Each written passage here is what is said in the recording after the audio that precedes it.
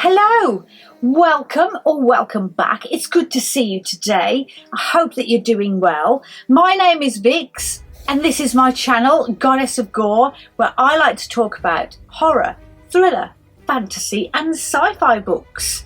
Today I want to tell you all about the books I want to read this month in July, and I have a theme this month for myself since I am not participating in any of the readathons or anything like that. So I set myself a little task. It is old versus new releases. Should we have a look at what I picked then? So for July, I thought it might be a bit of fun since I have some new side projects that I really want to get started with. So in order to combine them, I thought I would include them in my month's reading plans. So therefore, old versus new. And I'll get to those choices after I've very quickly mentioned the commitment reads I already have. And those are, for the year of The Witcher, this month I will be reading The Tower of the Swallow by Andrzej Sapkowski. The world is in chaos, the Nilfgaardian Empire is on the march, and its enemies are scrambling to defend themselves. Ciri, the child of destiny, has vanished, becoming a target for both allies and enemies. Adopting the identity of a petty bandit, she experiences newfound freedom for the very first time, but the net around her is closing in. Geralt, the Witcher, gathers a determined group of allies to rescue her, but they are not the only ones looking for her. Oh, nay, nay. Mercenaries from both sides of the conflict are on her trail, while her infamous deeds are making her a household name. With nowhere else to turn, Ciri's only hope lies within the Tower of the Swallow. Injured and vulnerable, she is discovered by Visgoda the Hermit, forging a deep connection as they reveal their true identities. Bounty hunters and dodgy sorcerers are hot on her tail, each with their own nefarious intentions, all willing to do anything to get to her first. She knows that she must find a safe place to hide, but where can she go? The only place she can think of is the Tower of the Swallow, a remote fortress that is said to be protected by magic. But even the Tower of the Swallow may not be enough to keep her safe. If Ciri is to survive, she will need all the help she can get. Then the Year of Gaiman book for the month is Fragile Things, Short Fictions and Wonders. This is another short story collection showcasing Neil Gaiman's skills at storytelling and his wickedly dark sense of humour. Grant County number 5 is Faithless, and I'm pretty sure this is a reread for me. Grant County Police Chief Jeffrey Tolliver makes a horrifying discovery at Lake Grant. A young woman buried alive in a wooden box, her desperate attempts to escape tragically cut short by cyanide poisoning. Sarah Linton's meticulous autopsy unravels the true brutality of Abigail Bennett's fate. The investigation leads them to a religious community called the Holy Grown Farm, which is run by a charismatic preacher named Reverend Thomas Ward. The Ward family has a history of burying their members alive as a form of punishment, and the victim, Abigail Bennett, is not the first young woman to die in this way. The cozy read next with the Sweater Weather Book Club, and the Discord invites are in the description should you ever want to join in at any point. And the pick for July is Howl's Moving Castle by Diane Wynne Jones. Sophie Hatter, the eldest of 3 sisters, a seemingly ordinary girl managing her family's hat shop, is cursed by the Witch of the Waste and turned into an old woman. To break the enchantment, she seeks help from the elusive wizard Howl, who lives in a magical moving castle which roams the hills. Though rumours depict Howl as a heart-devouring wizard, Sophie soon discovers there is more to him than meets the eye. He is aloof and mysterious, but not the unkind man he appears to be. Determined to free herself from the curse, Sophie takes on the role of Howl's castle cleaner, embarking on whimsical adventures alongside him. Along the way, Sophie will meet a variety of interesting characters, including Calcifer, a fire demon who powers Howl's castle, and Michael, Howl's kind-hearted apprentice. And of course, Turnip Head, a scarecrow who comes to life.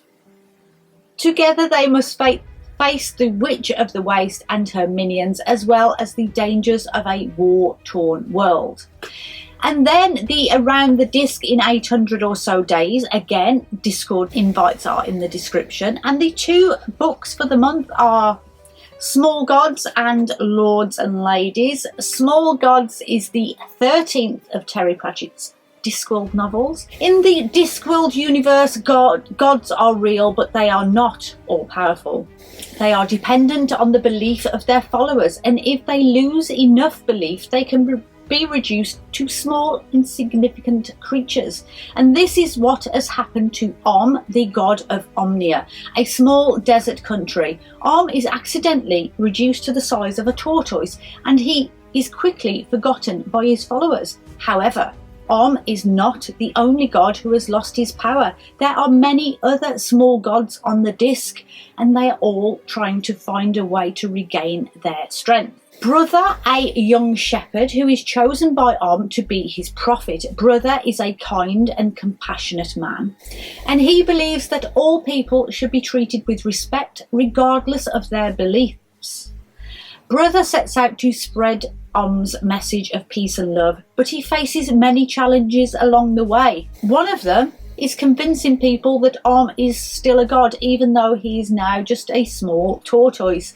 But Brother is determined to succeed. This is a satirical novel that explores the nature of religion and belief, of course. And then in Lords and Ladies, on Midsummer Night, Granny Weatherwax, Nanny Og and Magrat Garlic return home to Lancer to discover that elves have invaded. These are not the friendly fairies of legend, but nasty little creatures who want to conquer the world. The witches must unite the other inhabitants of the land, including wizards, trolls, dwarves, monkeys, orangutans, and of course, Morris dancers, to defeat the elves and save their world. But even with all their magic and strength, they may not be enough to stop them from fulfilling their dark plans. In a world where dreams can come true, anything is possible. And in that case, that means that the elves are even more powerful than they seem. The witches must use their skills and cunning to defeat them, or Lancer will be lost forever. There is no Lord of the Rings this month. I will be giving this one a break since this was a buddy read with my son and he has been lagging behind while he finished his degree. So this month off should give him a chance to catch up again. So that's all of the commitment reads. So what's the old and new about then? Well, I recommend a lot of new books that sound amazing every month that I thought I should actually get to reading some of them. Now, I didn't start doing my new books of the month series until March, but I still have a bunch of books from January and February that I was very excited to get to, but obviously I didn't.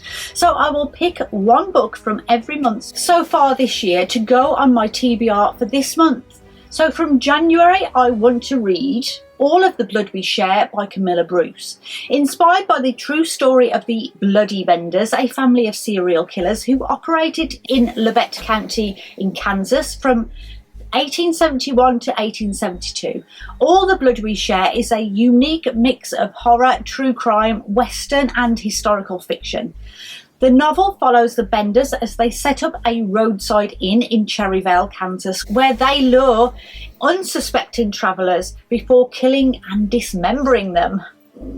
The Benders are careful to dispose of the bodies in such a way that they are never found, and their crimes go undetected for over a year. However, their luck eventually runs out when a young boy named Hansen stumbles upon one of the Benders' victims. Hansen knows that he must do something to stop the Benders, but he is also afraid of them. He eventually finds the courage to speak out, and his story leads to the Benders' capture and eventual execution. From February, I want to read Wayward by Emilia Hart, weaving together the stories of 3 extraordinary women across 5 centuries. In 1619, Altha is a healer who is put on trial for witchcraft after being seen near a field where a farmer is trampled by his cows. She is aided by her mother, who also has a gift for healing, but Altha is ultimately found guilty and sentenced to death. Hundreds of years later, in the early 1940s, Violet chafes against the heavy-handed scrutiny and control of her father. She longs for the freedom to live her own life, but she is also drawn to the natural world in a way that her father does not understand. And then, in the present day, Kate has fled her abusive live-in boyfriend before she can discover that she's pregnant. She takes refuge in her great-aunt Violet's cottage, where she begins to learn about her family's history and the power of the natural world. As the 3 women's stories unfold, they reveal a common thread of strength and resilience in the face of adversity. They are all victims of the patriarchy in different ways, but they also all find ways to resist and overcome the limitations that are placed on them. And then, from my New Books March video, I will pick the very anticipated Lone Women by Victor LaValle. Victor has written a haunting new portrayal of the new American West, where blue skies and vast expanses of land hide a chilling secret. Adele Henry carries an enigmatic steamer trunk wherever she travels, ensuring it remains locked at all times, for when the trunk opens, those in Adelaide's presence mysteriously vanish. Set in 1915, Adelaide finds herself in dire straits. Her crimes have led to the death of her parents, forcing her to escape California in a desperate rush and seek refuge in Montana as a homesteader. Bound to her trunk, she joins the ranks of the Lone Women, taking advantage of the government's offer of free land to those who dare to tame it. But Adelaide is not truly alone. No. And the very secret she has fought to conceal may well be the key in her surviving the unforgiving wilderness. From my April new releases video, I would like to get to The Vile Thing We Created by Robert P. Atone. If you're interested in the rest of the books that came out in April, then please go and watch them. They will all be linked in the description. In The Vile Thing We Created, we meet Lola and Ian, who believe they have the perfect relationship. We know what happens to them. However, their childless lifestyle begins to impact their social interactions, prompting them to make a life-altering decision.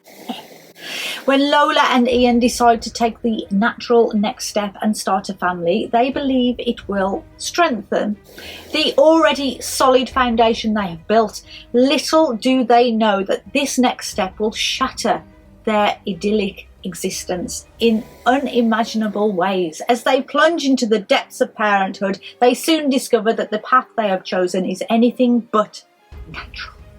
This promises to be a masterful blend of psychological suspense and horror, and the terrors that accompany parenthood, the pursuit of societal expectations that combines the fear of the unknown with the truly horrifying consequences of one's choices. Set in upstate New York, Lola and Ian's journey into parenthood takes an unexpected turn as they encounter the true horrors lurking beneath the surface.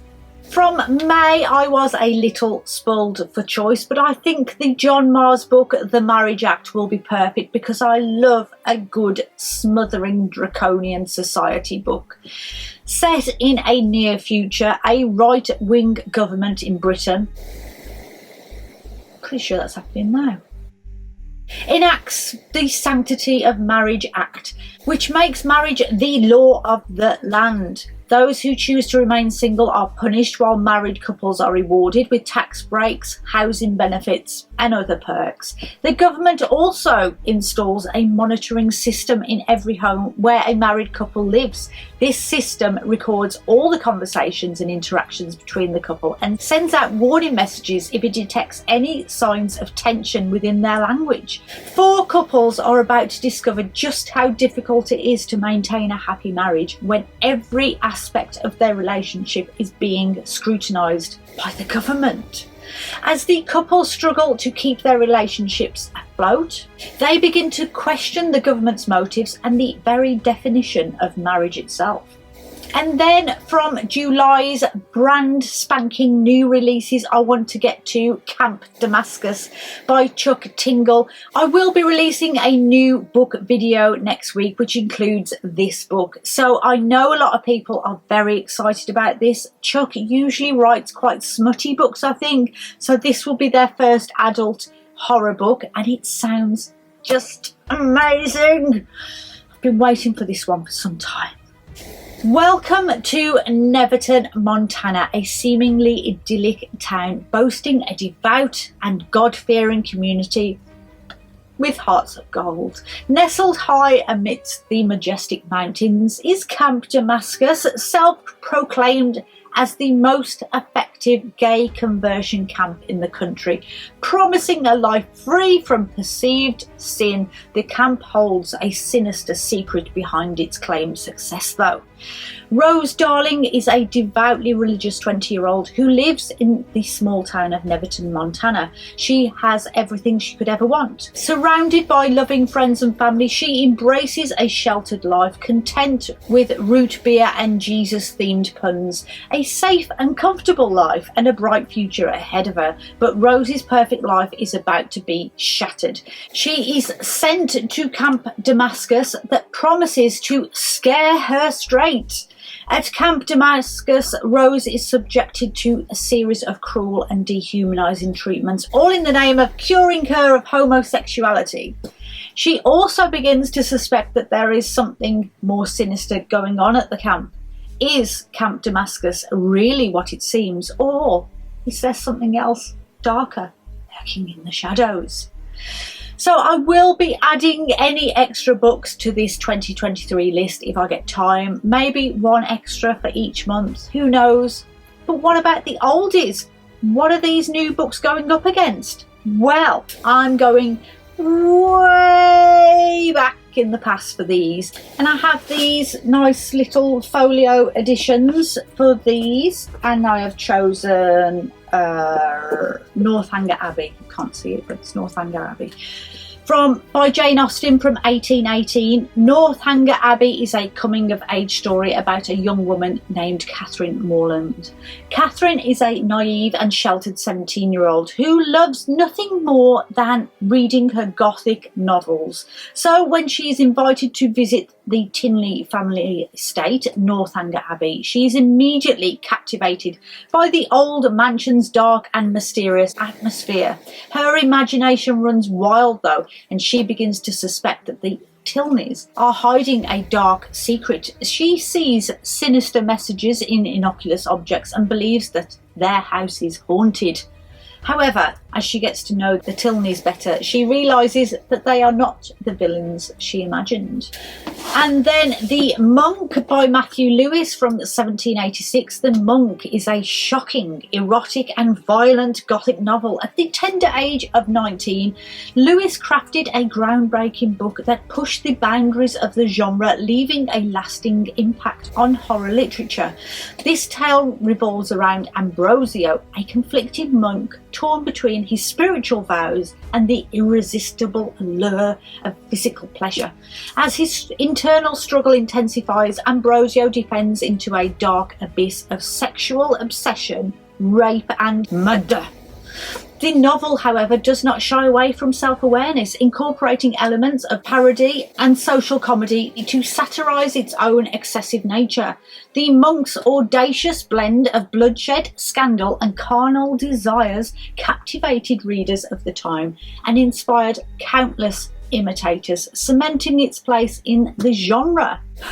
Shocking. And then the last one is the OG, The Instigator the originator, The Castle of Otranto by Horace Walpole from 1764. Cited as the one that inspired them all, this weaves a tale of medieval family power and sexual politics. We encounter a rich tale of unfulfilled prophecies, supernatural occurrences, thrilling adventures, gripping suspense, and the undeniable force of destiny. Set against the backdrop of 13th century Sicily, the narrative unfurls around the fates of the royal family. So that's it. My TBR has been decided. What 2023 release do you think I should read? Has something I haven't read yet or picked this month blown your socks off and I should get to immediately? Let me know in the comments below. Don't forget to like and subscribe the channel if you would be so inclined. And if you haven't already, of course. What plans have you made for this month? Is there something you're very excited to be doing in July? I will leave you, as I always do, with a quote about the month ahead. July. That lovely hell, all velvet dresses and draped, stuffed into a little hole. That's nice. Make some good book choices this week, my friends, and I hope to see you all again soon. Until next time. Bye bye.